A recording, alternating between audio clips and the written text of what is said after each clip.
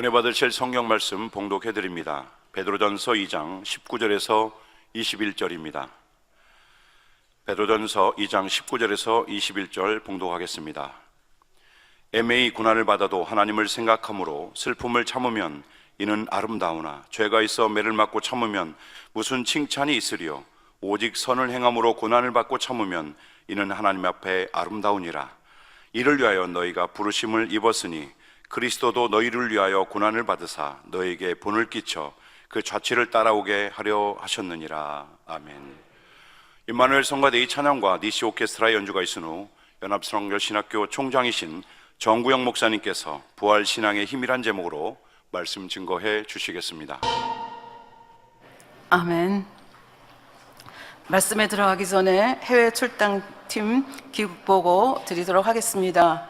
콜롬비아, 페루, 미국 선교 출장자는 강사 이미경 목사님, 공연은 서승원 집사님, 최양선 자매, 안전은 이영석 장로님, 통역 및 업무는 김신호 장로님과 유은희 권사님, 총 6명이 굉장히 깁니다. 2019년 4월 2일 화요일부터 4월 21일 토요일까지 18박 19일을 마치고 돌아오셨습니다. 수고 많이 하셨고요. 또 조지아, 아르메니아, 우크라이나 선교 출장을 손영락 장로님과 오렌 레바리 이스라엘 목사님이시죠. 목사님이 출장을 하셨고 출장 기간 4월 5일부터 4월 17일까지 12박 13일 다녀오셨습니다. 수고하셨습니다. 감사합니다. 그리고 오늘 부활절을 맞이해서 특별히 강단 헌화하셨기 때문에 또 말씀을 드리도록 하겠습니다. 헌화자 3-2 여선교회 13기간 우리를 구원해 주시기 위해 십자가에 못 박혀 죽으시고 사흘 만에 부활하신 우리 주님을 찬양합니다. 마지막 때 섭리를 이루는 귀한 제단에 저희들을 불러주시고 천국 소망을 주시며 참 가치 있는 삶으로 인도해 주시는 아버지 하나님께 감사드립니다. 또한 당회장님의 눈물과 헌신, 끝없는 사랑으로 우리를 변화시켜 새 예루살렘으로 이끌어 주시는 은혜에 감사드리며 부활절을 맞이하여 우리 모두가 꽃처럼 아름답고 고운 향을 내기를 소망하는 마음으로 3-2 여선교회 13기간 회원들이 정성을 모아 강단 헌화를 드립니다. 감사합니다.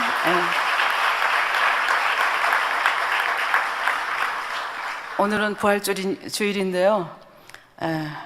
특별한 메시지를 여러분한테 먼저 전하고 말씀을 들어가도록 하겠습니다. 당회장님이 친필 또 메시지를 주셨습니다. 띄워주시고요. 제가 읽어드리도록 하겠습니다. 할렐루야, 주님의 부활을 축하드립니다. 사랑하는 성도님들, 오늘도 우리가 살아갈 수 있는 것은 주님께서 다시 오실 때 그 부활에 동참할 소망이 있기 때문입니다. 다시 만날 주님을 사모하시고 신부단장 잘 하시어 아버지 하나님의 형상을 더욱 닮아가는 성도님이 되시길 주님의 이름으로 기원드립니다. 행복한 부활절 되세요. 성도님들 많이 보고 싶어요. 사랑해요. 2019년 4월 17일 이재록 I love you.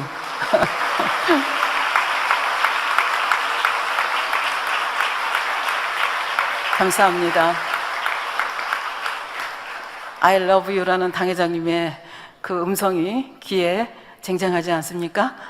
특유한 억양으로 I love you 해주셨던 거 기억이 납니다. 오늘은 부활주일입니다. 부활주일이 오늘은 4월 21일인데요. 혹시 여러분들이 의식을 하고 계셨는지, 의식을 못하고 그냥 부활절인가 보다 그리고 지나셨는지 모르겠는데요. 도대체 부활주일은 정확하게 언제인가? 라는 질문을 해볼 수 있을 것 같습니다. 어느 때는 이번처럼 4월 20일인가 하면 어느 때는 또 3월 달에 부활주일이 있는 경우도 있습니다.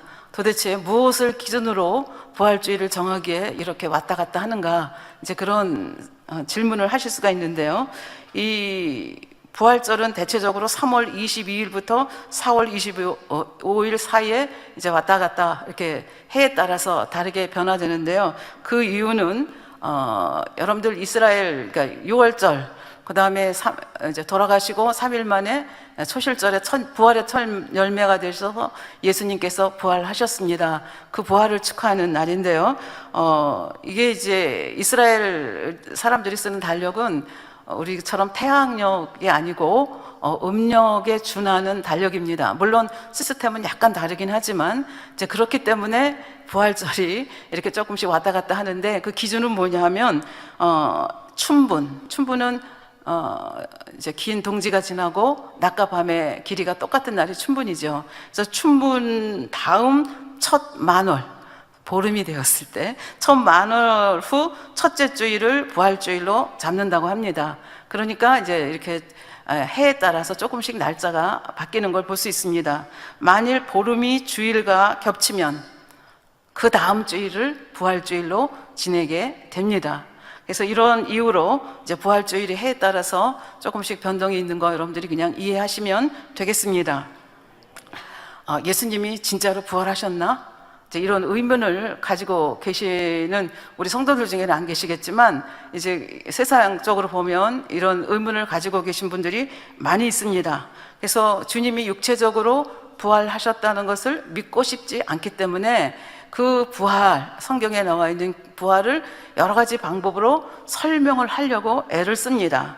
예를 들면 진짜로 돌아가신 게 아니라 가짜로 돌아가셨다. 근데 우리는 알죠. 십자가에서 대못에 못 박혀서, 그리고 가시면류관 쓰시고, 그 다음에 나중에 돌아가셨는지 안 돌아가셨는지 다 돌아가신 거 알면서도 창으로 허리를 찔러서 물과 피를 다 쏟아서 완전히 죽은 것을 확인한 이제 그런 기사를 우리가 보고 있습니다. 그런데 믿지 못하는 사람들은 그거 가짜야 이렇게 이제 생각하는 분들도 계시고요. 그 다음에 도적이 와서 시체를 훔쳐갔다 그렇게 생각하시는 분들도 계십니다. 마태복음 마지막 장에 보면 이제 예수님께서 살아계실 때 이렇게 이제 부활하신다는 소문이 있었던 것 같아요. 그래서 제사장들이 생각하기에, 대제사장이 생각하기에 이것들이 또 고전말 시켜서 십자가에 못 박혀 돌아가시는 것도 힘들게 돌아가시게 했는데, 부활했다고 또 거짓 소문을 퍼뜨리면 우리는 더 힘들다. 그렇게 해서 아예 그냥 못을 땅땅 쳐서 그런 일이 없도록 이제 그 로마 병정들을 보내서 그 무덤을 지키게 하는 이제 그런 기사가 나오는 것을 볼 수 있습니다. 근데 예수님께서는 부활하셨죠.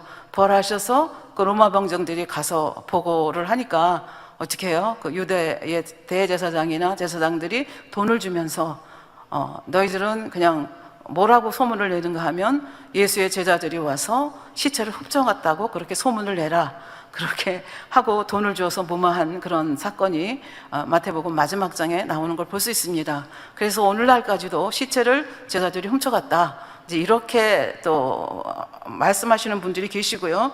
그거는 현실이 아니라 환상에서 본 것이다. 그래서 환상설을 주장하는 사람도 있고요. 지진이 나가지고 어떻게 된 거를 또 그렇게 한 거 아니야? 그러면서 이런저런 가설을 가지고 예수님의 육체적 부활을 부인하려고 하는 분들이 많이 있습니다. 그런데 예수님의 부활을 부인하는 것이 예수님이 육체적으로 부활하셨다는 것을 증명하는 것보다 더 힘듭니다. 왜냐하면 너무나 명백한 증거들이 많이 있기 때문입니다. 이 시간에는 예수님이 부활하신 증거를 여러 가지 많이 있지만 그냥 간단하게 한 3가지 정도로 설명을 하고 그 다음으로 넘어가도록 하겠습니다.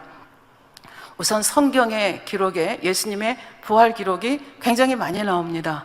근데 또 이 시간에 다 하면 1시간 다 가기 때문에 한 기절만 여러분께 소개를 하도록 하겠습니다. 고린도전서 15장 2절부터 8절 말씀에 이렇게 나와 있습니다. 너희가 만일 나의 전한 그 말을 굳게 지키고, 이 고린도전서는 사도 바울이 쓴 서신이죠. 그 말을 굳게 지키고 헛되이 믿지 아니하였으면 이로 말미암아 구원을 얻으리라. 내가 받은 것을 먼저 너희에게 전하였노니 이는 성경대로 그리스도께서 우리 죄를 위하여 죽으시고 장사 지낸 바 되었다가 성경대로 사흘 만에 다시 살아나사 게바에게 보이시고, 게바는 베드로입니다. 게바에게 보이시고 후에 12 제자에게와 그 후에 500여 형제에게 일시에 보이셨나니 그 중에 지금까지 태반이나 살아있고 어떤 이는 잠들었으며, 500명의 사람들에게 한꺼번에 나타난 거예요. 그래서 500여 명의 사람들이 한꺼번에 부활하신 예수님을 목격을 했거든요. 그래서 그 중에 많은 사람들이 지금 살아있고 또 일부는 잠자고 있다. 믿고 돌아가신 분들을 잠잔다. 이렇게 성경에서는 표현을 하고 있습니다. 그러니까 증인들이 너무 많다는 얘기죠. 그 후에 야고보에게 보이셨으며, 여기서 야고보는 12제자 야고보가 아니라 예수님의 그 형제, 그러니까 그 요셉과 마리아 사이에 난 그 형제 중에 야고보, 처음에는 안 믿었죠. 같은 가족이지만 안 믿었지만 예수님께서 부활하시고 난 후에 이들도 믿게 됩니다. 그래서 그 야고보에게 보이셨다. 그래서 이 야고보도 정말 이 복음을 위해서 생명을 바치는 모습을 우리가 역사에서 볼 수 있습니다. 그 후에 모든 사도에게와, 그리고 8절에 맨 나중에 만삭되지 못하여 난 자 같은 내게도 보이셨느니라. 그래서 그 사도 바울이 되게 한 결정적인 사건이 다메섹 사건이죠. 그래서 크리스찬들을 잡아 죽이려고 대제사장에게서 허가서를 받아서 남의 나라에까지 가서 다메섹까지 가가지고 믿는 사람들을 끌어다가 옥에 가두고 죽이려고 한 거죠. 근데 그 다메섹 도상에서 부활하신 주님을 만납니다. 그래서 그의 생애가 전격적으로 변화되는 것을 우리는 성경을 통해서 알 수가 있습니다. 그래서 이렇게 성경이 분명하게 예수님의 부활을 한 번만 아니라 두 번만 아니라 뭐 한 12번 정도씩 이렇게 기록이 되어 있는 것을, 그래서 목격한 사람들이 있다는 것을 우리에게 말해주고 있습니다. 또 하나는 역사적인 증언을 통해서 우리는 예수님이 부활하신 것을 알 수가 있습니다.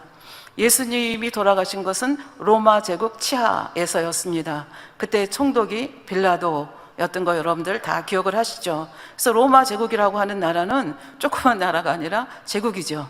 그래서 그 헬레니즘 그 사상을 다 받아들이고 세계의 문명을, 세계적인 아주 찬란한 문명을 꽃피우고 있던 나라가 로마 제국입니다. 그 로마 제국에서 그 당시에 기록된 그 역사 문헌들 중에 예수 그리스도의 부활에 대한 그 기록이 있는 것을 우리는 볼 수가 있습니다. 로마의 역사 문헌 중에서 당시 유대 총독이었던 빌라도가 예수님의 부활 사건을 기록하여 로마 황제에게 보내었던 보고서가 지금 터키의 성 소피아 사원에 소장이 되어 있다고 합니다. 그 제목이 예수의 체포와 신문 및 처형에 관하여 가이사에게 보낸 빌라도의 보고서, 이것이 그 보고서의 제목입니다. 근데 이게 굉장히 부피가 많더라고요. 그래서 그 중에서 오늘은 주님의 부활에 대한 내용이 나온 그 보고서에서 부활에 대해서 보고한 부분만 여러분께 짧게 말씀을 드리도록 하겠습니다. 그 보고서의 내용은 다음과 같습니다. 며칠 후 그의 무덤은 비어 있었으며 그의 제자들은 각처로 다니면서 예수가 자기가 말한 대로 죽은 자들 가운데서 다시 살아나셨다고 전파했습니다. 이 사건은 예수를 십자가에 못 박았던 사건보다 더 혼란을 일으켰습니다. 이 사실에 대해서 확실히 말할 수는 없지만 어느 정도 제 나름대로 조사해 보았습니다. 빌라도는 총독이니까 엄청난 사건이 일어났기 때문에 이걸 잘 조사해서 황제에게 보고할 의무가 있는 거죠. 황제께서 헤롯을 시켜 조사해 보시면, 만약에 제가 지금 보내는 이 보고서가 못 믿어오시면 지금 분봉왕국으로 있는 헤롯에게 명령을 내주시면 그도 보고서를 드릴 수 있을 것입니다. 그런 얘기입니다. 헤롯을 시켜 조사해 보시면 저에게 잘못이 있는지의 여부를 알 수 있을 것입니다. 아리마대 요셉은 자기의 묘실에 예수를 매장하였습니다. 예수가 매장된 다음 날 제사장 한 사람이 총독청으로 와서 말하기를 예수의 제자들이 그의 시체를 훔쳐 숨긴 후 그가 생전에 예언한 대로 살아난 것처럼 꾸미려고 한다고 하였습니다. 저는 제사장을 친위 대장인 말커스에게 보내어 무덤을 지키기에 충분한 수대로 병정을 데리고 가서 배치하라고 하고 한 후에 만일 무슨 사건이 발생한다면 그들의 책임이지 로마 정부의 책임이 아니라고 하였습니다. 그래서 군대를 그들이 원하는 대로 보내서 무덤을 지키게 했습니다. 무덤이 비어있다는 사실이 알려지자 큰 흥분이 일어났으며 저는 더 큰 근심에 쌓이게 되었습니다. 예수님을 십자가에 못 박는 것도 쉽지가 않았는데 우리가 그 과정을 보면 쉽지가 않았잖아요. 그런데 그 예수가 또 살아나서 부활하셨다고 하니까 이 소동을 어떻게 진압할 방법이 없다고 생각한 겁니다. 저는 이슬람이라는 사람을 보내어 자초지종을 조사하게 하였는데 그는 제게 다음과 같이 상황을 연상할 수 있도록 자세히 말하여 주었습니다. 성경에는 이제 이런 게 자세히 나와 있지 않은데 이 보고서를 통해서 그때 상황을 우리가 좀 짐작은 할 수 있을 것 같습니다. 여기서 사람들은 무덤을 지키는 로마 병정들입니다. 사람들은 그 무덤 위에서 부드럽고 아름다운 빛을 보았다고 하였습니다. 이상하게도 온 주위가 환하고 밝게 비치고 거기에 이미 죽었던 많은 사람들이 그들의 수의를 입은 채로 서 있는 것 같았다고 하였습니다. 그들 모두가 말로는 다 표현할 수 없는 기쁨에 충만하여 환호하는 듯 하였으며 동시에 그 주위와 위로부터 그가 들어본 적이 없는 아름다운 음악이 들려왔으며 온 누리에 하나님을 찬양하는 소리가 가득하고 넘치는 것 같았다고 합니다.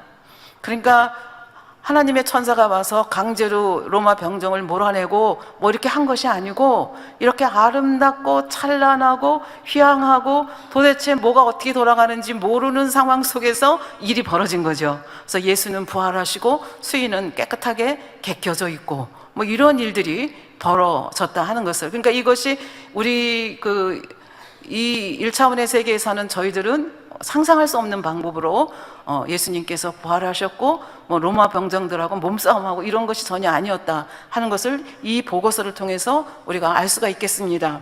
빌라도는 이 보고서를 마무리하면서 이 모든 정황으로 미루어 볼 때 나는 진실로 이 사람은 하나님의 아들이었다고 말하고 싶습니다 라고 기록을 하고 있습니다. 그러니까 빌라도의 보고서가 예수님의 심판과 처형과 또 이게 부활에 대한 보고서를 통해서 이거는 역사적인 문헌이잖아요. 그리고 현재도 가서 볼 수 있는 그런 문헌에서 예수의 부활에 대해서 우리에게 말해주고 있습니다. 세 번째로, 이거보다 더 큰 증거는 없다고 저는 생각을 하는데요, 부활을 목격한 자들이 많이 있다고 고린도전서에서 아까 말씀하셨습니다. 12제자도 물론 가룟 유다는 아니지만 또 나중에 또 한 사람 세웠죠. 그래서 그 제자들, 그 다음에 뭐 엠마오로 가는 두 제자도 있었고, 그 다음에 또 500명이 누군지 500여 명이 누군지 모르지만 이렇게 저렇게 그 부활을 본 사람들, 목격자들이 많이 있었습니다.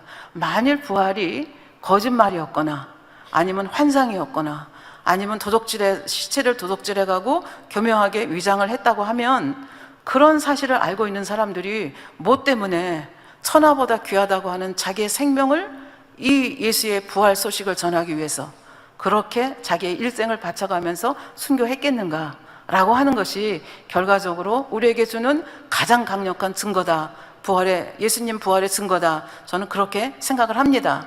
그래서 이 시간에는 그 부활의 목격자 중에 한 사람의 삶, 그가 예수님의 부활을 목격하기 전의 삶과 예수님의 부활을 목격한 후의 삶이 어떻게 변화됐는가, 한 사람의 삶을 통해서 이 부활신앙이라고 하는 것이 어떻게 강력한 힘을 가지고 있는가를 생각해 보는 시간을 갖도록 하겠습니다.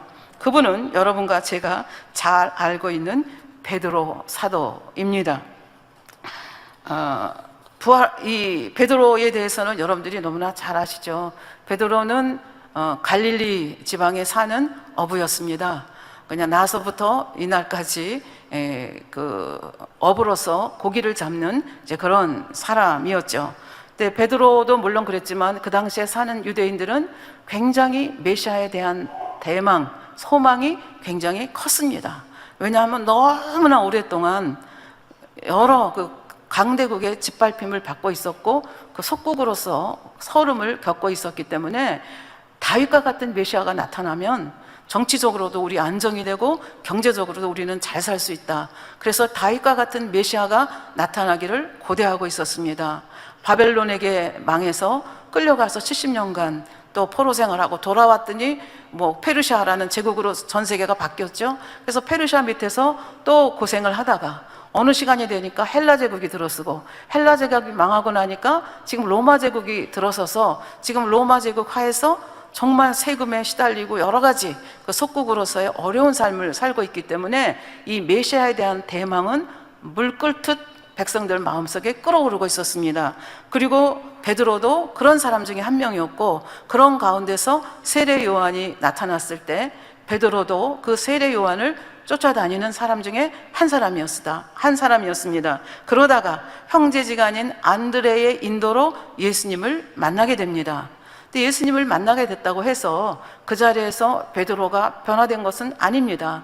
그 자리에서 모든 것을 버리고 예수님을 따라간 것은 아닙니다. 누가복음 5장에 보면 베드로가 예수님으로부터 소명을 받고 자기의 모든 것을 버리고 그의 제자가 된 사건이 나옵니다. 그 사건은 갈릴리 호수에서 어부니까 밤이 맞도록 그 고기를 잡으려고 했는데, 그때 이제 야고보하고 요한하고 같이 이제 배를 한 채씩 끌고 나가서 갈릴리 호수에서 밤새도록 잡았는데 한 마리도 못 잡았습니다. 그래서 오늘은 이제 끝났나 봐. 그리고 그물을 정리하고 있는데 많은 무리가 몰려오고 예수님이 오십니다. 그래서 예수님께서 뜻밖의 베드로의 배에 타십니다. 그리고 조금만 더 호수 깊은 곳으로, 조금만 더 멀리 좀 띄워달라고 얘기를 하십니다. 그리고 그 베드로의 그 뱃속에서 배에 앉으셔가지고 그 청중들을 향해서 말씀을 전하는 것을 우리가 볼 수 있습니다. 예수님은 지혜로운 분이시죠.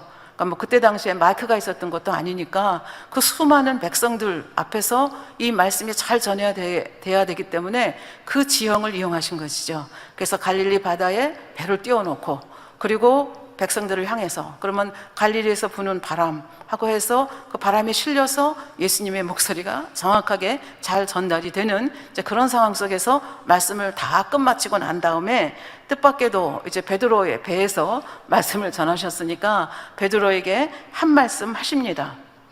깊은 데로 가서 그물을 내려 고기를 잡으라.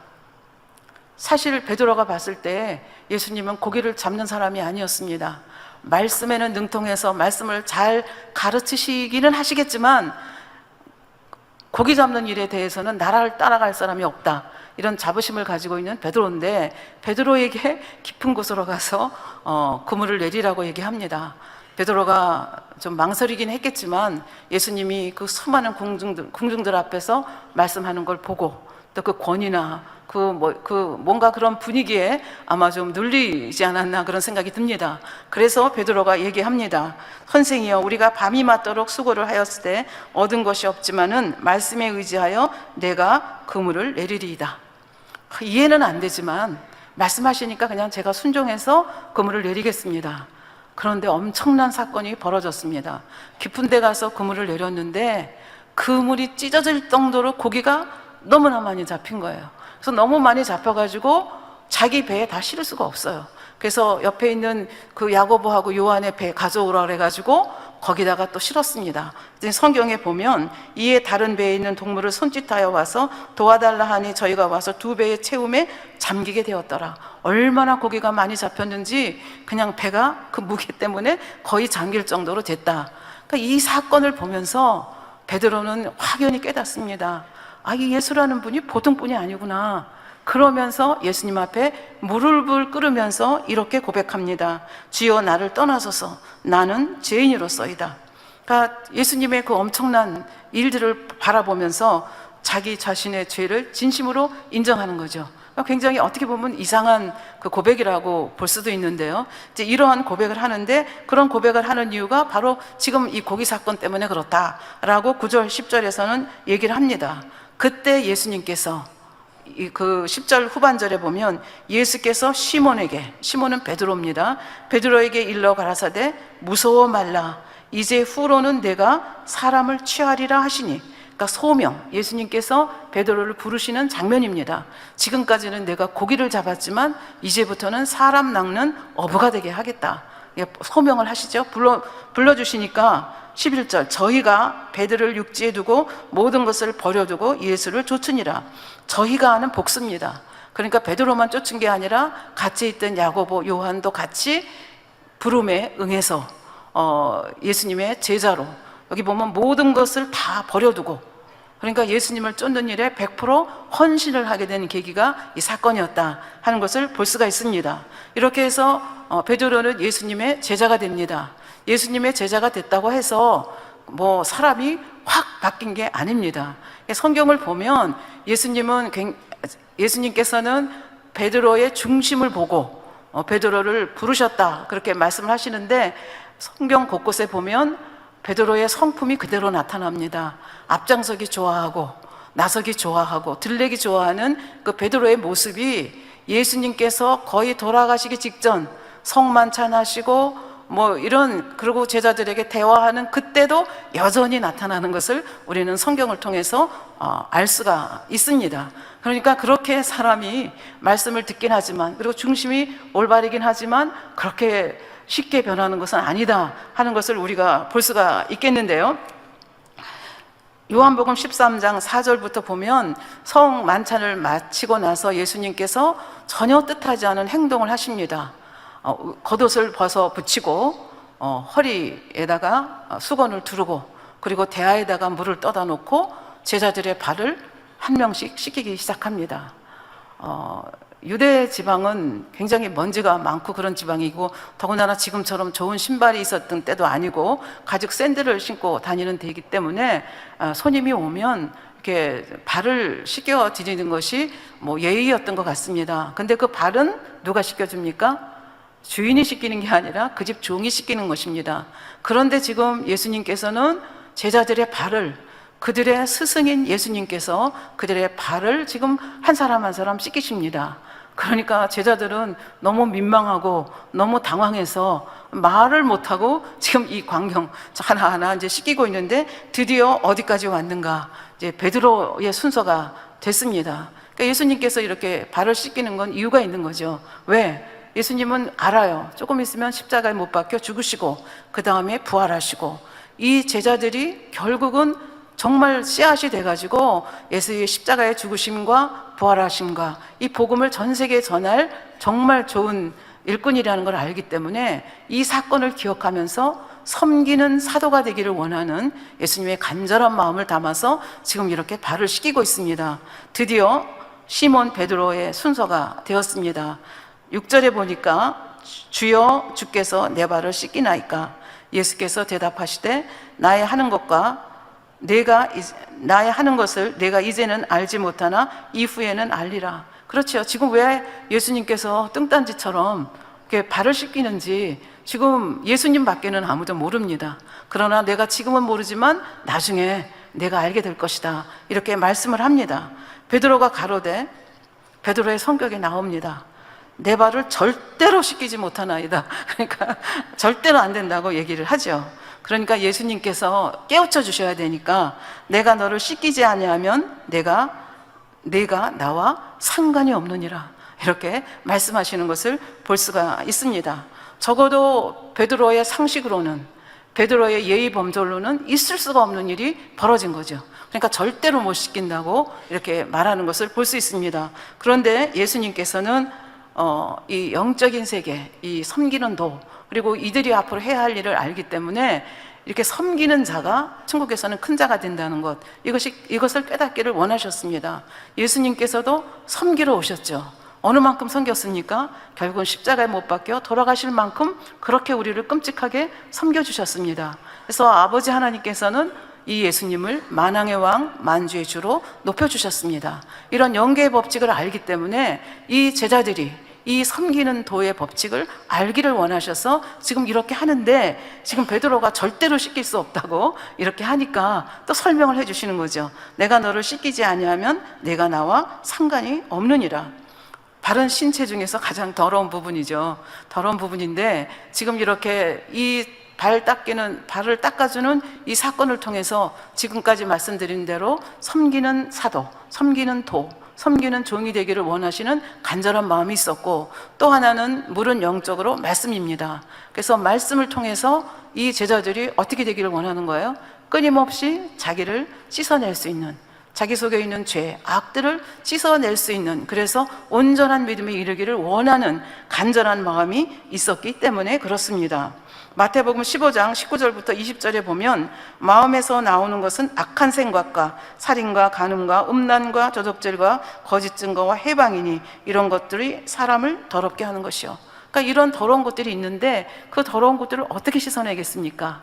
말씀을 보고 깨달아서 말씀의 물로 수시로 보일 때마다 씻어내기를 원하는, 그래서 온전한 믿음까지 이르기를 원하는, 그래서 이런 마음이 되었을 때 비로소 이것이 하나님의 마음이고 하나님의 뜻이기 때문에 하나님 마음이 되어서 백성들을 섬기고 복음을 가르치고 부활을 전할 수 있는 이런 사도가 되기를 원하는 간절한 마음이 있기 때문에 내가 발을 찢지 않으면 나와 상관이 없다. 사실 그렇잖아요. 죄를 버리지 않으면 우리 하나님을 볼 수가 없습니다. 팔복에서도 마음이 청결한 자는 복이 있나니 저희가 하나님을 볼 것이요, 마음이 청결하지 않으면 볼 수가 없지 않습니까? 이제 그런 것을 뭉뚱그려서 이 행위 예술로, 행위로, 그러니까 지금 이제 백성 그 제자들에게 가르쳐주고 있는 것을 볼 수 있습니다. 그러니까 내가 내 발을 씻기지 않으면 내가 나와 상관이 없다. 그랬더니 또 들레는 베드로가 9절에 이렇게 얘기합니다. 주여 내 발뿐만 아니라 손과 머리도 씻겨주옵소서. 예수께서 가라사대 이미 목욕한 자는 발밖에 씻을 필요가 없느니라. 그러니까 다른 말로 바꿔 말하면 너는 이미 목욕을 한 자라. 그렇기 때문에 너는 발만 씻으면 돼. 이제 이런 말씀이거든요. 그러면 목욕을 했다고 하는 것은 무엇입니까? 믿음이 있다는 말씀이 되겠죠. 그러니까 믿음이 있는 사람은 하나님의 말씀을 듣고 기사와 표적을 보므로 믿음을 가진 사람들은 온몸을 씻을 필요가 없고 그때그때 말씀에 어긋나는 거 찾아내서 씻으면 된다. 이제 그 말씀을 여기서 해주는 거죠. 그러면서 얘기합니다. 온몸이 깨끗하니라. 사실 베드로는 지금 우리가 알잖아요. 이때 무슨 깨끗한 사람이 아니었거든요. 여전히 들레고 여전히 이런, 물론 중심은 좋지만 이런 사람이었습니다. 그런데 왜 온몸이 깨끗하다고 말씀을 하시는가? 이거는 영적으로 깨어있다는 말씀입니다. 그래서 영적으로 깨어있으면 언제든지 깨달을 수 있고 깨달으면 버릴 수 있기 때문에, 죄와 악을 버릴 수 있기 때문에 온몸이 깨끗하니라 이렇게 말씀하시면서 그 다음에 또 이상한 말씀을 하십니다. 너희가 깨끗하나 다는 아니니라 이렇게 말씀하시면서 이는 자기를 팔자가 누구인지 아심이라. 그러므로 다는 깨끗이 아니하다 하시니. 그러니까 그 자리에 가룟 유다가 있었는데 가룟 유다는 이미 예수를 대제사장에게 팔기로 작정을 하고 지금 이제 기회만 보는 그런 자 아닙니까? 예수님께서는 가룟 유다의 그 마음을 다 꿰뚫어 보고 있었죠. 근데 가룟 유다는 예수님이 모른다고 생각하기 때문에 그냥 아무렇지도 않은 듯이 같이 거기서 성만찬하고 그렇게 있는 모습을 볼 수 있습니다. 근데 구태여 예수님께서 가룟 유다를 향하여 하신 말씀이죠. 그런데 가룟 유다가 알아듣기를 원하셨죠. 왜냐하면 지금이라도 듣고 깨닫기를 원하는, 끝까지 사랑하시는 예수님의 그런 모습을 우리가 이 고백의 예수님의 말씀에서 우리가 볼 수 있습니다. 그래서 이렇게 거의 마지막 때인데도 여전히 들레고 앞장서기 좋아하고 이런 베드로의 모습을 우리가 볼 수가 있습니다. 베드로의 모습은 여기서 끝나는 것이 아닙니다. 또 똑같은 그 8장 요한복음 13장에 보면 여러분들이 잘 아시는 바와 같이 예수님께서는 여러 번 이제 그 후반기가 되면서 내가 십자가에 못 박혀 죽을 것이고 사흘 만에 부활할 것이고 이것을 제자들에게 얘기를 합니다. 제자들은 그 얘기가 무슨 말씀인지 잘 못 알아듣는 거죠. 그래서 예수님께서 십자가에 돌아가시기 전까지도 몰랐고 부활하시고 나서야 이제 조금씩 깨달아가기 시작하지 않습니까? 그래서 여기도 그 13장 36절에 보면 시몬 베드로가 가로되 주여 어디로 가시나이까? 그러니까 십자가에 못 박혀 죽고 부활하고 뭐 이런 얘기를 하니까 베드로가 마음에 안 드는 거예요. 그리고 도대체 이게 무슨 말인가? 이제 이런 생각이 들어서 주여 어디로 가시나이까? 예수께서 대답하시되 나의 가는 곳에 내가 지금은 따라올 수 없으나 후에는 따라오리라. 그렇죠. 지금은 베드로가 아직 주님 따라갈 때가 아니지 않습니까? 사명이 있기 때문에. 베드로가 가로되 주여 내가 지금은 어찌하여 따를 수 없나이까? 주를 위하여 내 목숨을 버리겠나이다. 지금은 따라올 수 없다 하니까 베드로가 너무 이상한 거예요. 왜? 베드로는 예수님의 수제자였기 때문에 예수님이 가는 곳에는 어디나 쫓아갔거든요. 예를 들면 변화산상에 갈 때도 베드로, 야고보, 요한 이 세 명 데리고 가시지 않았습니까? 해당장 야이로의 딸을 살릴 때에도 이 세 제자가 따라갔습니다. 그러니까 예수님하고 지금 떨어져 본 적이 없는데 지금은 따라올 수 없다 하니까 베드로가 당황한 거죠. 그러면서 중심의 고백을 하는 거죠. 주를 위하여 내 목숨을 버리겠나이다. 이건 그때 당시로서는 중심의 고백이다, 이렇게 볼 수가 있겠습니다. 그런데 예수님께서는 뜻밖의 대답을 하십니다. 내가 정말로 나를 위해 목숨을 바치겠느냐? 라고 하는 물으시는 질문이죠. 그러면서 이렇게 대답합니다. 닭 울기 전에 네가 3번 나를 부인하리라. 그러니까 베드로가 아무리 생각해도 자기는 주님을 위해서 생명 바칠 것 같거든요. 그러니까 예수님께 또 이렇게 얘기합니다. 요한복음에는 안 나와 있지만 마가복음 14장 29절에 보면 베드로가 여짜오되 다 버릴지라도 나는 그렇지 않겠나이다. 우리가 가끔 질문하죠. 복음서가 하나로 되어 있으면 얼마나 이해하기가 좋겠는가, 이런 생각을 하는데 복음서가 4개로 되어 있습니다. 똑같은 사건이 기록되기도 하고 뭐 다른 각도에서 기록되기도 하고, 이제 그런 걸 보면서 때로는 머리 아프다, 왜 그렇게 하셨을까, 이런 생각을 하지만 우리 배웠죠.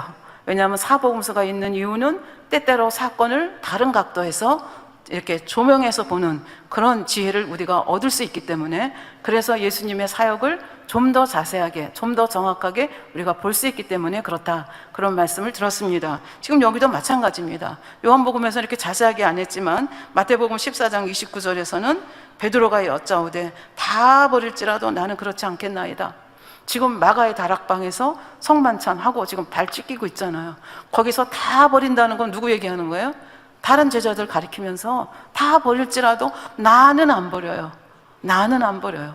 자기의 충성심을 예수님께 다시 한번 고백드리는 그런 모습이라고 볼 수 있습니다. 그러니까 이 고백을 듣고 있던 다른 제자들도 고개를 갸우뚱하면서 왜 자기만 안 버려? 나도 안 버릴 건데? 그러면서 12제자들이 고백하는 장면이 31절, 마가복음 14장 31절에 나옵니다. 베드로가 힘있게 말하되 내가 주와 함께 죽을지언정 주를 부인하지 않겠나이다 하고 모든 제자도 이와 같이 말하니라. 그러니까 들레는 베드로는 물론이고 다른 제자들도 그건 말도 안 돼요. 저희는 끝까지 주님을 따를 것입니다. 우리의 목숨이라도 바치겠습니다. 그렇게 대답하는 모습을 볼 수가 있습니다. 그런데 사건은 그렇게 진행이 되지 않습니다. 요한복음 18장 10절부터 11절에 보면 유다 병정들이 예수님을 모시러 오는 게 아니라 예수님을 잡으러 칼과 몽치를 가지고 오는 걸 볼 수 있습니다. 그러니까 이런 전혀 예상치 않은 사건 속에서 베드로는 당황하기 시작합니다. 이게 도대체 어떻게 된 거야? 베드로는 지금까지도 정치적 메시아, 다윗과 같은 메시아가 예수님이 되기를 원하는데, 아니 예수님이 지금 이렇게 힘없이 결박당하고 이렇게 된다는 거, 이게 말이나 되는 거야? 그런 생각이 드니까 그 상황에서 할 수 있는 것이 무엇이겠습니까? 칼을 빼내서 대제사장의 종인 말고의 귀를 잘랐습니다. 그러니까 말고가 고함을 쳤겠죠. 예수님이 뒤를 돌아보시고 말합니다. 검을 집에 꽂으라. 그러면서 하시는 말씀이 아버지께서 주신 잔을 내가 마시지 않겠느냐. 예수님께서는 이것이 만세전에 인간 경작을 계획할 때 이미 계획된 걸 알고 있었습니다. 십자가의 도가 어떻게 완성이 되는지를 알고 있는데, 지금 이 십자가의 도 완성을 위해서 가는데 지금 여기 베드로가 이렇게 한다고 해서 이게 일이 안 되는 것이 아니죠. 그러니까 베드로를 제지하면서 그 길을 다시 잡아서 다시 붙여주는 그런 예수님의 모습을 우리가 볼 수가 있습니다. 이렇게 해서 예수님은 그때 당시에 산헤드린 의장이고 그 정치 권력과 종교 권력을 가지고 있는 대제사장 안나스의 집으로 끌려갑니다. 그래서 거기서 신문을 받으시는데 제자들은 뿔뿔이 다 흩어졌습니다. 예수님께서 말씀하신 대로. 그런데 그 대제사장 집으로 뒤를 쫄래쫄래 따라간 제자가 2명이 있었습니다. 한 사람은 베드로고 한 사람은 요한이었습니다. 근데 요한은 성경에 보면 대제사장과 안면이 있기 때문에, 아는 사이이기 때문에 그 집 문을 무사 패스해서 들어갈 수가 있었습니다. 그런데 성경 요한복음 18절 16절에 보면 베드로는 문 밖에 섰는지라. 왜? 몰라요. 그렇게 고위층하고는 관계가 없기 때문에 들어가지도 못하고 문 밖에 있었어요. 근데 그걸 누가 보았는가 하면 대제사장과 아는 그 다른 제자 요한을 얘기하거든요. 요한이 나가서 문 지키는 여자에게 말하되 베드로를 데리고 들어오라. 그래서 베드로가 드디어 안나스 대제사장의 그 뜰로 들어오게 됩니다. 그러면서 또 사건이 일어납니다. 그 다음 절인 17절에 보면 그 문 지키는 여종이 베드로에게 말하되 너도 이 사람의 제자 중 하나가 아니냐 하니 그가 말하되 나는 아니라. 첫 번째 부인입니다. 그 문 지키는 계집종이 묻는데 겁이 나가지고 나는 아니라고 부인하는 장면을 볼 수가 있습니다. 그 다음 절에 보면 이때가 밤이니까 춥죠.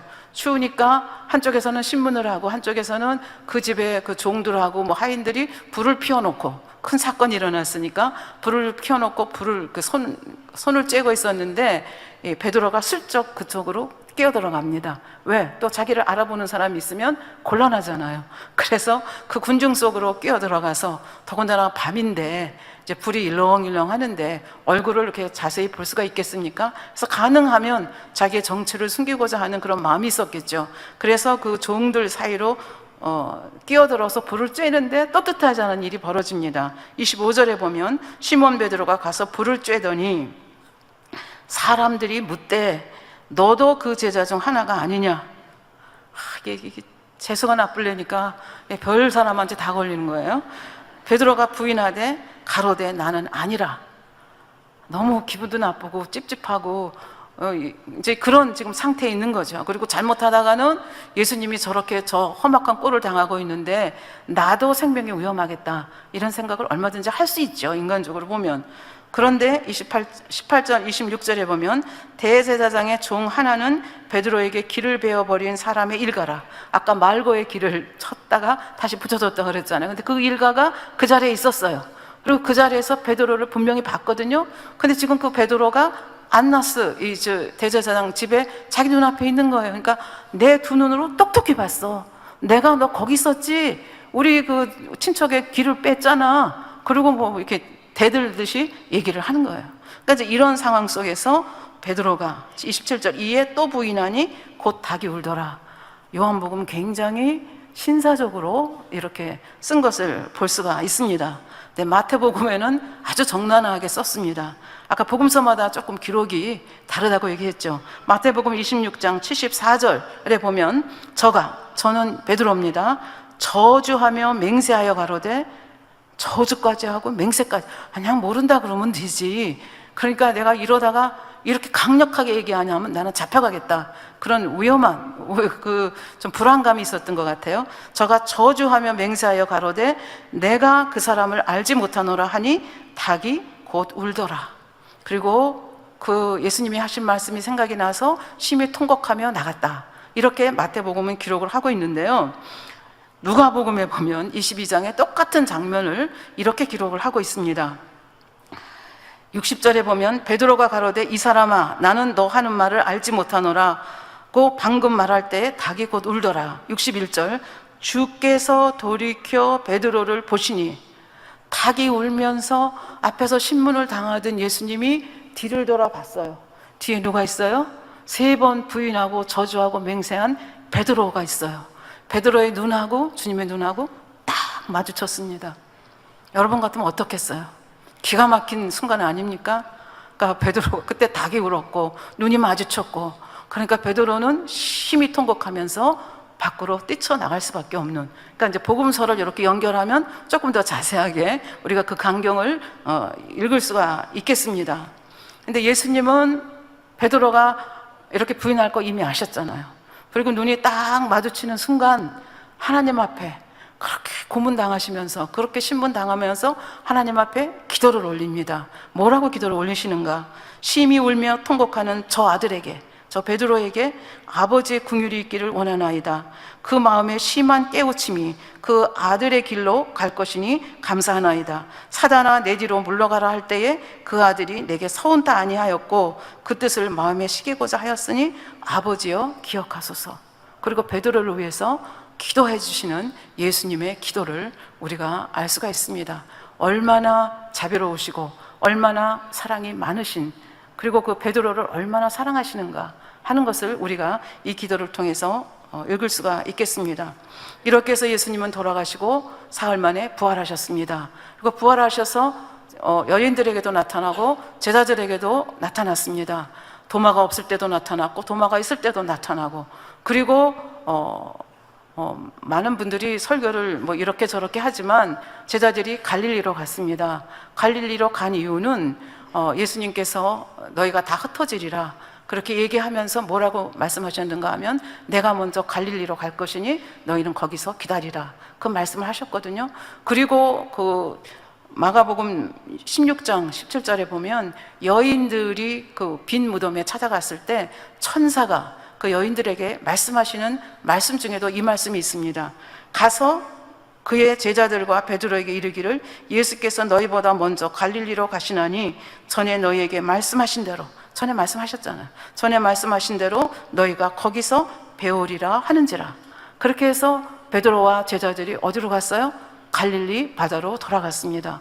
그렇다고 해서 맨날 몇 시 몇 분에 어디서 만나자고 얘기한 것이 아니기 때문에 할 거 없으니까 이제 고기를 잡습니다. 그 고기 잡는 현장에 누가 나타나십니까? 예수님께서 나타나시고 생선을 구워서 같이 먹으면서, 그러니까 이제 거기서 주님이라는 걸 알아보죠. 그리고 즐겁게 이제 세 번째로 이렇게 해요를 하는데, 예수님께서 그때 베드로에게, 이제 오늘은 베드로에게 우리가 초점을 맞추고 있기 때문에 베드로에게 세 번 질문을 하시고 세 번 답변을 받으시는 장면이 나옵니다. 요한복음 21장 15절부터 17절에 보면 먼저 묻습니다. 요한의 아들 시몬아, 내가 이 사람들보다 나를 더 사랑하느냐? 그러니까 베드로가 주여 그러하외다, 내가 주를 사랑하는 줄 주께서 아시나이다. 그랬더니 예수님께서 뭐라고 말씀하시는가 하면, 내 어린 양을 먹이라. 그래서 우리는 당회장님의 설교를 통해서 내 어린 양을 먹이라는 것이 무슨 뜻인지 압니다. 십자가의 도를 잘 가르쳐서 구원의 도를 잘 가르쳐서 구원받게 하라, 이 뜻입니다. 그래서 그 얘기를 하시고 16절에 가니까 두 번째 가라사대 요한의 아들 시몬아, 내가 나를 사랑하느냐? 베드로가 또 대답합니다. 주여 그러하외다, 내가 주를 사랑하는 줄 주께서 아시나이다. 그랬더니 예수님께서 내 양을 치라. 내 양을 치라는 얘기는 지금 구원받은 그 영혼이 믿음이 쏙쏙 자라서 알곡이 되도록 가르쳐라, 이 말씀입니다. 그래서 신앙을 키워줘라 하는 말씀, 두 번째 사명입니다. 세 번째 가라사대 요한의 아들 시몬아, 내가 나를 사랑하나 하시니 주께서 세 번째 내가 나를 사랑하느냐 하심으로 베드로가 근심하여 가로되 주여 모든 것을 아시오매 내가 주를 사랑하는 줄을 주께서 아시나이다. 예수께서 가라사대 내 양을 먹이라. 우리가 신앙생활하는 노정 중에서 직선 코스로 가면 얼마나 좋겠습니까? 그러나 그렇지 못한 것이 우리 인생들의 삶입니다. 때로는 넘어지기도 하고 엎어지기도 하고 깨지기도 하고 뭐 뒤로 물러가기도 하고, 그런 영혼들을 버리지 말고 그런 영혼들을 잘 보듬으면서 끝까지 잘 이끌어 주어라. 이것이 세 번째 명령입니다. 그래서 이 베드로는 지금 예수님 그 과거에 자기가 세 번 부인했던 거, 그런데 부활하신 예수님, 정말 상상도 못했던 일들이 벌어지고 그 예수님께서 자기를 책망하지 아니하시고 이런 귀한 사명 주신 것을 생각해서 정말 사역할 때마다 그 주님의 음성을, 주신 사명을 생각하면서 열심히 사역을 하게 됩니다. 그리고 예수님께서는 승천하시면서 내가 너에게 약속한 것이 너희들에게 주어지기까지 예루살렘을 떠나지 말라. 그래서 예루살렘에서 모여서 기도하다가 오순절날 성령을 받는, 그리고 성령의 충만함을 받는 대사건이 벌어지고 이것이 시초가 돼서 교회가 세워지기 시작합니다. 그리고 예수님, 부활하신 예수님을 만나고 그 40일 동안 예수님이 이 땅에 계셨죠. 그동안 이렇게 저렇게 첫 번째, 두 번째, 세 번째 이렇게 예수님을 만나면서 그들의 온전하지 못했던 믿음들이 점점 커가기 시작합니다. 그리고 성령이 그들 마음속에 오시고 나니까 그 성령 하나님께서 그들을 인도하기 시작합니다. 그래서 무식쟁이 베드로가 설교를 하는데 제사장들이 저 사람이 언제 저렇게 설교를 잘했냐고 그러면서 놀라워하는 장면들을 볼 수가 있습니다. 그렇게 해서 베드로는 이 부활을 보았기 때문에, 부활의 신앙을 가지게 됐기 때문에 그때부터는 전혀 다른 before, after Jesus resurrection, 그러니까 예수님의 부활 전과 부활 후에 이 베드로의 모습은 천양지차가 나게 차이가 나는 걸 볼 수가 있습니다. 이제는 권능의 종으로, 두려워하는 종이 아니라 권능의 종으로 우뚝 선 것을 볼 수가 있습니다. 그러면서 자기의 사명을 힘있게 전달을 하는 것을 볼 수가 있는데요. 아까 그 읽어주신 베드로전서 2장 19절부터 21절은 앞으로 네로 황제에게 고난을 당하게 될 그 영혼들을 바라보면서 그 영혼들을 깨우는 그런 말씀입니다. 그래서 이 말씀은 너희가 잘 참아야 돼, 이렇게 어려운 일을 당하게 해서 미안해, 그런 게 아니라 아주 담대하게 너희가 어떻게 이 핍박을 견뎌야 되는가 하는 그 지침을 내는 걸 볼 수가 있습니다. 애매히 고난을 받아도 하나님을 생각함으로 슬픔을 참으면 이는 아름다우나 죄가 있어 매를 맞고 참으면 무슨 칭찬이 있으리요. 오직 선을 행함으로 고난을 받고 참으면 이는 하나님 앞에 아름다우니라. 이를 위하여, 이것을 위해서 너희가 선을 행함으로 고난을 받고 참으면 이는 하나님 앞에서 아름다운데 너희가 이것을 위해서 부르심을 입었다, 그렇게 말씀하십니다. 그리스도도 너희를 위하여 고난을 받으사 너희에게 본을 끼쳐 그 자취를 따라오게 하려 하셨느니라, 이렇게 말씀하는 걸 볼 수가 있습니다. 그러니까 아주 담담하게, 담대하게 어떻게 이 핍박을 이겨내야 되는지를 그 지침을 제공해 주는 걸 볼 수 있습니다. 그리고 네로 황제의 박해가 시작이 됐습니다. 로마에 있던 그 베드로는 지도자이기 때문에 이 지도자를 색출해서 죽이고자 로마에서 애를 씁니다. 그러니까 같이 있던 그 사람들이 아이고, 선생님은 좀 여기서 피하셔야 되겠다고, 로마에 있으면 잡혀서 순교당하십니다. 그러니까 잠깐 다른 데로 가 계세요. 그래서 일리가 있다고 생각해서 옷을 변장을 하고 로마를 나오는데, 나오다가 누굴 만나요? 주님을 만납니다. 그래서 깜짝 놀라가지고 주님 어디를 가시냐고 그러니까 내가 로마에 또다시 십자가를 지러 간다, 그렇게 얘기를 하니까 베드로가 너무 놀라가지고 아니, 십자가를 또다시 지르러 가십니까? 그랬더니 내가 십자가를 질 수밖에 없다, 그 대답을 합니다. 그 대답 속에서 베드로는 확연히 깨닫습니다. 내가 로마를 떠나서 내 생명을 잠깐 유지하는 것이 하나님의 뜻이 아니고 지금 로마로 다시 돌아가서 주님이 다시 십자가에 못 박히게 하면 안 되지 않습니까? 그러니까 내가 로마로 다시 돌아가서 이 십자가를 내가 즐겁게 지리라. 그리고 그 자리에서 되돌아켜서 로마로 갑니다. 그리고 때가 돼서 정말 순교를 하게 되는데, 이 베드로의 마음속에는 언제나 그 예수님을, 그 사랑의 주를 내가 3번이나 저주하고 맹세하면서 부인했던 그것이 용서를 받았다 할지라도 늘 가슴에 이렇게 가슴의 한 구석에 남아 있는 거예요. 그래서 십자가를 질 때 그 십자가를 바라보면서 자청을 하죠. 나를 십자가에 거꾸로 매달아 달라. 그들이 거꾸로 매달은 게 아니라 본인이 자청을 하는 겁니다. 내가 주님이 지고 가신 저 십자가를 어찌 그대로 내가 지겠는가? 내가 거꾸로 져야 되겠다. 그래서 주님께 민망한 마음을 조금이나 갚을 수 있었으면 좋겠다, 그런 마음을 가지고 결국은 거꾸로 십자가에 못 박혀 순교를 하는 것을 우리는 볼 수가 있습니다. 그러니까 이 부활신앙의 힘이라고 하는 것이 이렇게 엄청나게 한 사람을 바꿔놓는 것을 볼 수가 있습니다. 결론입니다. 어찌 베드로 한 사람만 이렇게 삶이 바뀌었겠습니까? 우리 주님의 부활을 목격한 사람들의 삶이 이렇게 바뀌었습니다. 그래서 여러분들은 그 12제자들이 가룟 유다의 자리를 차지한 그 제자까지도 어떻게 순교의 그 쓴잔을 마시고 주님께 영광을 돌렸는가 하는 것을 우리는 역사를 통해서 알 수가 있습니다. 어떤 사람은 톱에 베기도 하고, 어떤 사람은 창에 찔려 죽기도 하고, 어떤 사람은 매를 맞아 죽기도 하고, 어떤 사람은 십자가에 묶인 데 죽기도 하고, 그러나 그것이 힘들고 괴로운 일이 아니라 어떻게 나 같은 자가 감히 주님이 지고 가신 그 십자가를 지고 갈 수 있는가?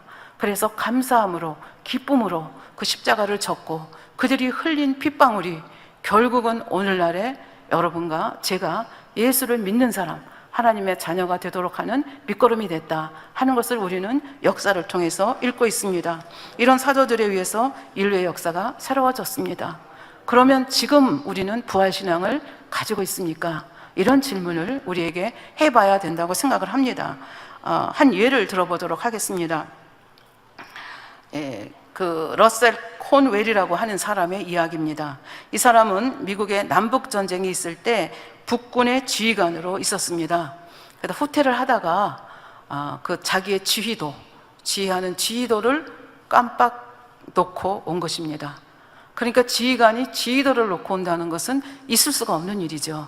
그러니까 굉장히 그걸 수치스럽게 생각을 하면서 한숨을 푹푹 쉬고 있는데, 그것을 누가 봤는가 하면은 부하 중에 링이라고 하는 소년 부하가 자기 지휘관이 이렇게 한숨 쉬고 있는 것을 보았습니다. 그리고는 이 링이 적진 속으로 뛰어갑니다.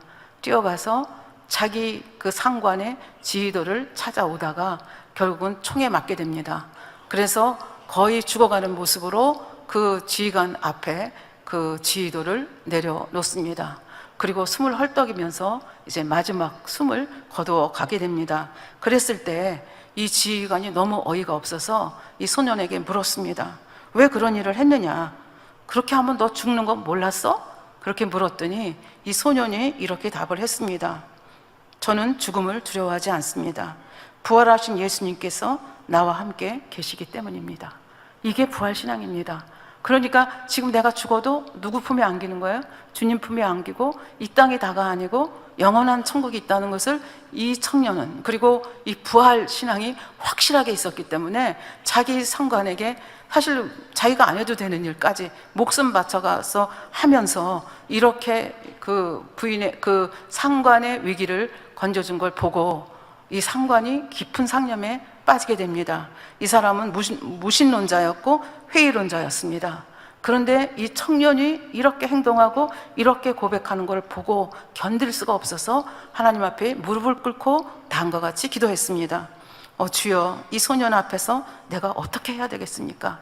한참을 무릎 꿇고 앉았다가 이렇게 서원 기도를 드립니다. 주님, 이 소년이 찾은 하나님을 위해서 제 몸을 바치겠습니다. 그리고 후에 서원을 했으니까 후에 신학을 해서 신학 공부를 하고 자기 전 재산을 털어서 콘웰 신학교를 세우고 나중에 고든이라고 하는 사람과 합해서 더 신학교를 확창을 했다는 실화입니다. 이 부활신앙은 위대한 사도들만이 갖는 신앙이 아닙니다. 이름 없는 이런 소년이라 할지라도 정말 예수님이 부활하셨고 우리가 첫 열매가 되신 예수님을 따라 우리도 부활할 거고 천국에 대한 소망이 정말로 이론으로가 아니라 내 삶 속에서 내 가슴에 딱 박혀 있을 때 이런 행동이 나올 수 있는 것입니다. 우리는 지금 어떻게 부활신앙이 어떤 신앙입니까? 날아가 버릴 신앙인지요? 이렇게 이 소년처럼 가슴에 박혀 있는지 한번 내 속에 부활신앙이 어떤 모습으로 있는지, 내 속에 있는 부활신앙이 얼마나 힘이 있는지를 다시 한번 점검하는 그런 기회가 됐으면 좋겠습니다. 말씀 참고하시면서 기도하겠습니다. 아버지 하나님, 감사합니다. 우리 인생들을 구원하기 위해서 사랑하는 아들을 보내시고 십자가에 못 박혀 죽게 하시고 그 섬김이, 그 복종이, 그 순종이 너무 아름다워서 아버지 하나님, 죄 없는 예수님이 돌아가셨으므로 예수님을 부활하게 하시고 이 부활신앙을 가진 자들마다 구원의 길을 아버지 갈 수 있도록 도와주시고 성령을 우리 가운데 보내주셔서 온전한 믿음을 가지기까지 우리를 이끌어 가시니 참으로 감사합니다. 우리가 말로만 부활신앙을 가지고 있는지 나를 한번 조명해 보게 하시고 정말 힘 있는 부활신앙, 이 하나님을 위해서라면, 하나님의 나라를 위해서라면 내 생명도 아깝지 않다라고 정말 말로만 하는 것이 아니라 행동으로 보여줄 수 있는 우리가 될 수 있도록 도와주시옵소서. 감사드리며 우리 주 예수 그리스도의 이름으로 기도하옵나이다. 아멘. 영상을 통해서 당회장님의 환자 기도를 받겠습니다. 아프신 분들은 아픈 곳이나 연약한 곳에 손을 얹고 기도받으시고, 아프지 않으신 분들은 가슴에 손을 얹고 마음의 손을 위해 믿음으로 기도받으시기 바랍니다. 할렐루야. 전능하신 사랑의 아버지 하나님, 이 시간 기도받는 모든 성도님들 위해 안수하여 주옵소서. GCN과 인터넷과 화상을 통해 기도받는 지교회와 지성전, 그리고 전 세계 하나님의 자녀들 위에도 시공간을 초월하여 역사하여 주시기를 원합니다. 믿어지는 믿음을 주시고 부정적인 생각과 의심의 세력을 물리쳐 주옵시며 모든 시험 환난도 물리쳐 주옵소서. 머리부터 발끝까지 오장육부 뼈 마디마디 온몸의 신경 조직 세포 등 아픈 곳마다 성령의 불로 태우시고 근본의 빛으로 역사하여 주옵소서. 예수 그리스도의 이름으로 명하노니 원수마귀 사단 모든 질병 균 연약함아 물러가라. 빛이 임하라. 모든 불치 난치병도 성령의 불로 태워 깨끗게 하여 주옵소서. 말라리아를 비롯한 모든 풍토병도 물리쳐 주옵소서. 감기, 기침, 열, 몸살, 독감 등 각종 유행성 질병도 다 물러가라. 어떠한 유행성 질병균도 틈타지 않게 지켜 주옵소서. 위암, 폐암, 간암, 유방암, 자궁암, 대장암, 피부암 등 각종 암과 에이즈, 백혈병, 뇌졸중, 고혈압, 저혈압, 심장병, 폐병, 위장병, 당뇨, 부인병, 피부병, 갑상선 질환과 모든 염증도 깨끗게 하여 주옵소서. 소아마비, 중풍, 관절염, 디스크도 온전케 하여 주옵소서. 요통, 두통, 신경통을 비롯한 모든 통증은 사라질지어다. 간질, 자폐증, 우울증, 조울증, 노이로제 등 모든 정신질환도 물러가라. 모든 마비된 것도 풀어지고 일어나 걷고 뛸지어다. 눈도 잘 보이게 하옵시고 귀도 잘 들리게 하여 주옵소서. 소경은 눈을 뜨고 기머거리는 들으며 벙어리는 말할지어다. 각종 사고, 후유증도 깨끗게 하시고 부러진 뼈도 붙여 주옵소서. 화상 입은 것도 온전케 하옵시고 화기암 물러가라. 열도 물러가라. 아버지 흉터 나지 않게 역사해 주시기 원합니다. 마약을 비롯하여 각종 약물과 독극물 중독도 깨끗함을 입을지어다. 죽은 신경과 세포가 살아나며 죽은 자도 살아나게 하여 주옵소서. 잉태의 축복도 주시기를 원합니다. 잉태의 축복을 받으라. 예수 그리스도의 이름으로 명하노니 원수마귀 사단아, 하늘 공중 곳에 잡은 악의 영들아 물러가라. 그의 사자들도 물러갈지니라. 이 땅의 악한 영, 더러운 영, 거짓되고 간사한 영, 의간질하고 미혹하는 모든 어둠들은 물러가라. 모든 흉악의 결박을 풀고 어둠아 물러가라. 빛이여 임하라. 아버지 하나님, 부르짖어 기도할 수 있는 능력을 주시고 죄를 버리고 성결될 수 있는 능력을 주옵소서. 영혼이 잘됨같이 범사에 잘되게 하시고 가정의 복음화도 이루어 주시기를 원합니다. 한 주간도 모든 사고와 재앙으로부터 지켜주시고 불통이 없는 형통한 삶을 살 수 있도록 축복해 주옵소서. 성령의 불담으로 천군 천사와 주님의 불꽃 같은 눈동자로 모든 하나님의 자녀들과 가정, 일도, 사업들을 지켜주시기를 원합니다. 학생들에게 지혜와 명철을 더하시고 공부할 수 있는 뜨거운 마음과 열정도 더하여 주옵소서. 마음과 생각을 세상에 빼앗기지 않도록 지키시고 하나님을 뜨겁게 사랑하는 학생들로 축복하여 주옵소서. 하나님의 자녀들이 먹으나 마시나 입으나 무엇을 하든지 하나님 앞에 영광 돌리는 삶이 되게 축복하여 주시기를 원합니다. 나는 하나님을 만났노라, 체험했노라, 응답 받았노라, 축복 받았노라 간증하는 입술이 되게 역사하여 주옵소서. 아버지 하나님 감사합니다. 홀로 영광 받으옵소서. 우리 주 예수 그리스도의 이름으로 기도하옵나이다. 아멘. 涙の中おらる主、愛の主、それは命与える救いの